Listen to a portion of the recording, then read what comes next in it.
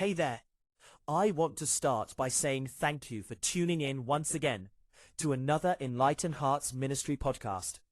It is the third Sunday of Easter, and today we're taking a walk down a very famous road. I've been wrestling with this idea of wrong directions.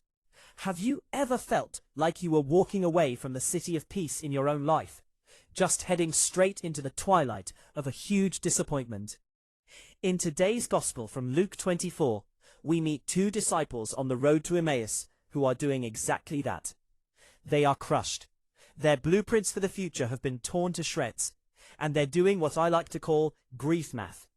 They're adding up the miracles they saw, subtracting the cross, and coming up with a grand total of zero hope. But here's the thing. Our God is an architect who doesn't just watch the building from the sidewalk. He joins us in the detour. As this stranger walks with them, he doesn't offer a Hallmark card sentiment. He opens up the scriptures, starting with Moses, and shows them how the I Am has been the structural foundation of the story all along. Remember our previous reflections on that name, the ego Amy.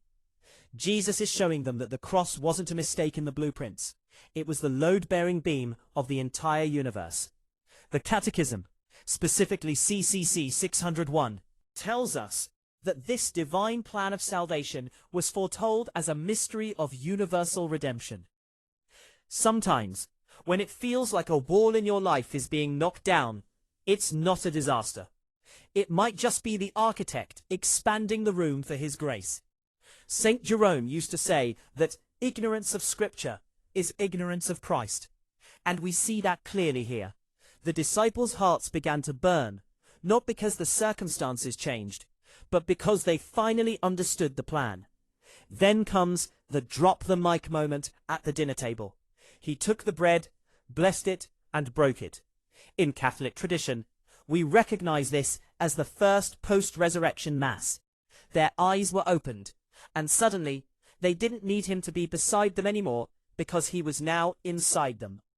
The Eucharist is where the I Am becomes our very lifeblood.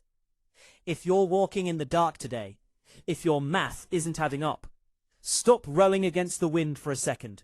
Invite him in, ask him to stay, and watch how a detour becomes the highway home.